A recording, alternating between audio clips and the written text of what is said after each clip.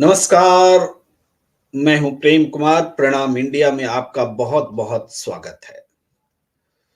दिल्ली के मुख्यमंत्री अरविंद केजरीवाल ने दिल्ली की सत्ता यानी देश की सत्ता को सीधी चुनौती दे दी है।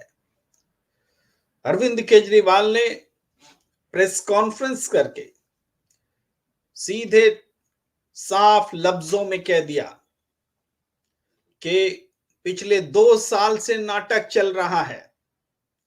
शराब घोटाले के नाम पर पूरे आम आदमी पार्टी के नेताओं को लगातार परेशान किया गया है, जेलों में डाला गया है, लेकिन कोई सबूत आज तक नहीं मिला। और एक बार फिर दिल्ली की चुनी हुई सरकार, उसके अगुवा अरविंद केजरीवाल को इसलिए जेल में डालने की कोशिश हो रही है क्योंकि मोदी शाह को लोकसभा चुनाव में डर लगता है, नरेंद्र मोदी को डर लगता है, अमित शाह को डर लगता है, बीजेपी को डर लगता है कि विपक्ष के नेता अगर लोकसभा चुनाव में जनता के बीच रहेंगे, मोदी शाह की पोल खोलेंगे तो मुश्किल होने वाली है। यही वजह है, अरविंद केजरीवाल कहते हैं कि यही वजह है कि समन पर समन भेजे जा रहे हैं। दो टूक कह दिया है अरविंद केजरीवाल ने कि समन, उनके वकीलों ने बताया है कि यह गैर कानूनी है और गैर कानूनी समन का पालन वो क्यों करें, क्यों गैर कानूनी है, हम आपको बताएंगे। लेकिन सबसे पहले सुनिए कि अरविंद केजरीवाल के शब्दों में वो महत्वपूर्ण बातें, जो बहुत संक्षेप में, वो हिस्सा हम आपको सुना रहे हैं जो बहुत संक्षेप में अरविंद केजरीवाल ने कहा है। नमस्कार। शराब घोटाला, पिछले 2 साल से ये शब्द आपने कई बार सुना होगा। 2 साल से बीजेपी की सारी एजेंसीज कई रेड मार चुकी हैं, कई लोगों को गिरफ्तार कर चुकी हैं, लेकिन अभी तक एक भी पैसे का हेरफेर कहीं नहीं मिला, कहीं से एक भी पैसा नहीं मिला। अगर भ्रष्टाचार वाकई हुआ है तो इतने करोड़ों रुपए गए कहां? क्या सारा पैसा हवा में गायब हो गया? सच्चाई यह है कि किसी तरह का कोई भ्रष्टाचार हुआ ही नहीं। अगर होता तो पैसा भी मिलता। ऐसे फर्जी केस में आम आदमी पार्टी के कई नेताओं को इन्होंने अभी तक जेल में रखा हुआ है। किसी के भी खिलाफ कोई सबूत नहीं है, कुछ साबित नहीं हो रहा, खुलेआम गुंडागर्दी चल रही है, किसी को भी पकड़ के जेल में डाल दो। अब बीजेपी मुझे गिरफ्तार करना चाहती है। मेरी सबसे बड़ी संपत्ति, मेरी सबसे बड़ी ताकत मेरी ईमानदारी है। झूठे आरोप लगा के, फर्जी समन भेज के ये मुझे बदनाम करना चाहते हैं, मेरी ईमानदारी पे चोट करना चाहते हैं। इन्होंने मुझे समन भेजे हैं। मेरे वकीलों ने मुझे बताया कि ये समन गैर कानूनी है। क्यों गैर कानूनी है? ये मैंने इनको विस्तार से लिख के भेजा है। मैंने बताया है कि उनके समन कैसे गैर कानूनी है, लेकिन उन्होंने मेरी एक भी बात का जवाब नहीं दिया। इसका मतलब उनके पास मेरी बातों का जवाब नहीं है। इसका मतलब वे भी मानते हैं कि उनका नोटिस गैर कानूनी है। क्या मुझे एक गैर कानूनी समन का पालन करना चाहिए? अगर कानूनी रूप से सही समन आएगा तो मैं पूरा सहयोग करूंगा। बीजेपी का मकसद जांच करना तो है ही नहीं।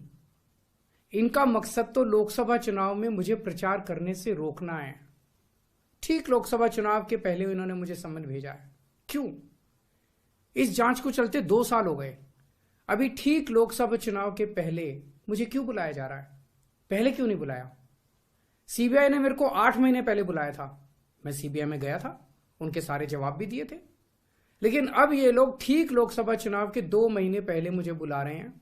तो बीजेपी का मकसद कोई पूछताछ करना थोड़ी है। इनका मकसद है पूछताछ के बहाने केजरीवाल को बुला लो और उसे गिरफ्तार कर लो, ताकि मैं लोकसभा चुनाव में प्रचार ना कर पाऊं। आज बीजेपी भ्रष्टाचारियों को नहीं पकड़ रही, बल्कि खुलेआम ईडी और सीबीआई का इस्तेमाल करके दूसरी पार्टियों के नेताओं को तोड़ के बीजेपी में शामिल करवाने का काम किया जा रहा है। एक नहीं, दो नहीं, कितने उदाहरण हैं जहां किसी पार्टी के नेता के खिलाफ ईडी सीबीआई के मामले चल रहे थे या उन पे गंभीर आरोप लगे हुए थे, जैसे ही वो नेता बीजेपी में शामिल हुए उनके सारे पुराने मामले बंद कर दिए गए या ठंडे बस्ते में डाल दिए गए। तो जो इनकी पार्टी ज्वाइन कर लेता है, आप देख रहे थे कि किस तरीके से अरविंद केजरीवाल नरेंद्र मोदी जी और उनकी पार्टी, उनकी सरकार पर सीधा हमला बोल रहे हैं। अरविंद केजरीवाल साफ तौर पर कहते हैं कि जब जब चुनाव का वक्त आता है ईडी भेज दिया जाता है। चुनाव से पहले जब सीबीआई ने उनसे जांच की थी, उनसे बातचीत की थी, उनसे पूछताछ की थी, तो अरविंद केजरीवाल जी ने साथ दिया था। लेकिन लोकसभा चुनाव से पहले आखिर ऐसा क्यों करे, वो क्यों बदनाम करने के लिए उनका ईडी का इस्तेमाल हो रहा है? अरविंद केजरीवाल ने वास्तव में नरेंद्र मोदी जी को उनकी ही शैली में जवाब दिया है। उनकी ही शैली में इसलिए कि जनता के बीच जा रहे हैं अरविंद केजरीवाल, और जिस तरीके से संवैधानिक संस्था का इस्तेमाल ये बताने के लिए हो रहा है कि अरविंद केजरीवाल करप्ट हैं, उनके साथी करप्ट हैं, या इसी तरीके से विपक्ष के दूसरे नेता। अब अरविंद केजरीवाल ने रास्ता दिखाया है कि ईडी और बीजेपी, बीजेपी और ईडी, इनके बीच के संबंधों को अगर बताना है तो जनता के बीच जाकर यह बोलना होगा, सीधी तकरार लेनी होगी। अरविंद केजरीवाल ने सीधी तकरार ले ली है मोदी शाह से। अरेस्ट करना है तो कर लो, हिम्मत है तो कर लो, लेकिन गैर कानूनी समन का जवाब देने नहीं जाऊंगा।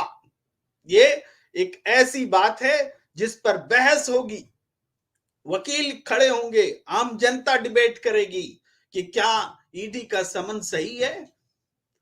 अरविंद केजरीवाल ने पूछा था कि आखिर किस हैसियत से हमें बुलाना चाह रहे हैं? क्या मैं गवाह हूं? क्या मेरे खिलाफ कोई आरोप है? क्या किसी किस्म से मेरा नाम आया है? आखिर ईडी क्यों हमें समन कर रही है, ये पूछना चाहती है। अरविंद केजरीवाल ने पूछा था, मुख्यमंत्री के तौर पर मुझे बुलाया गया है कि आम आदमी पार्टी के नेता के तौर पे बुलाया गया है, कि एमएलए के तौर पे बुलाया गया है, कि गवाह के तौर पे बुलाया गया है? किस रूप में बुलाया गया है मुझे बताइए। जो समन है उसमें लिखते क्यों नहीं है साफ साफ? लेकिन इस बात का जवाब ईडी नहीं दे रहा है। यही वजह है कि अरविंद केजरीवाल इसे गैर कानूनी बता रहे हैं।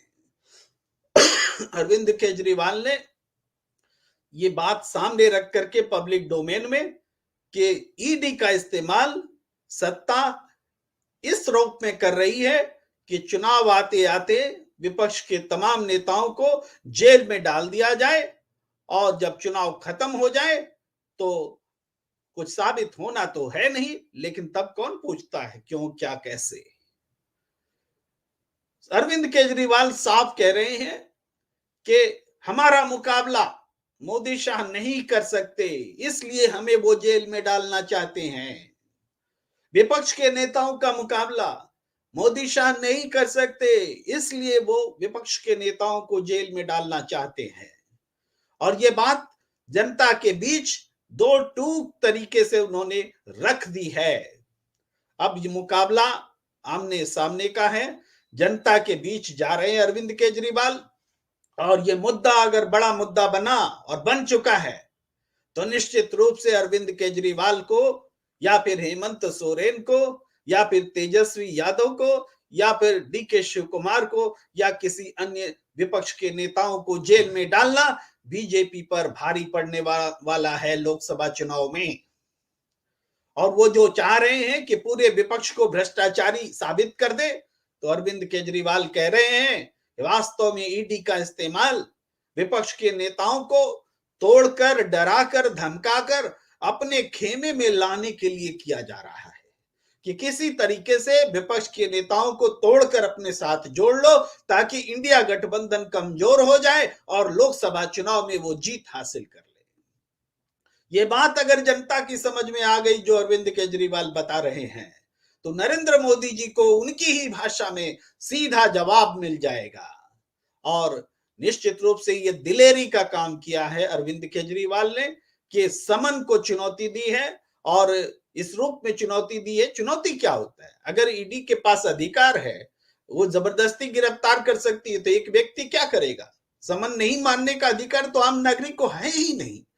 भाई समन नहीं मान रहे हैं, गैर कानूनी मान रहे हैं, तो आपको, आपके हाथ में अख्तियार है तो एक्शन लीजिए। अगर आप एक्शन नहीं ले सकते हैं ईडी हो करके, तो इसका मतलब है कि समन का इस्तेमाल आम आदमी को डराने के लिए किया जा रहा है।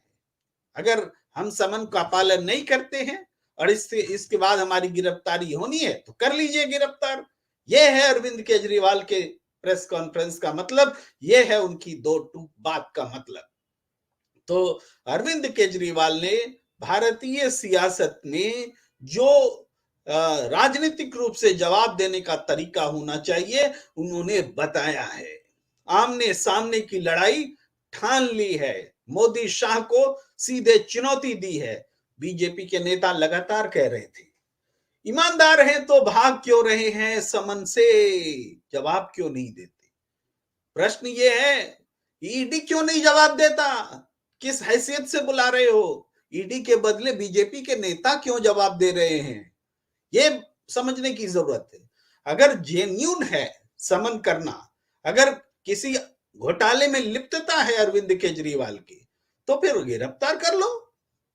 और लिप्तता नहीं है तो समन करके जनता के सामने, जन प्रतिनिधि को, जिसको 70 में 65 विधानसभा की सीटें मिली हुई है, बदनाम किया जाएगा क्या? ये बात रख रहे हैं अरविंद केजरीवाल और उनकी पार्टी आम आदमी पार्टी। और इस चुनौती के सामने मोदी शाह को सामने आना पड़ेगा। अगर वो जवाब दे लेकर नहीं आते हैं, गोल मटोल बात करते हैं, बिना सबूत के भ्रष्ट बताते हैं, तो ये जनता के बीच महंगा पड़ने वाला है मोदी शाह को।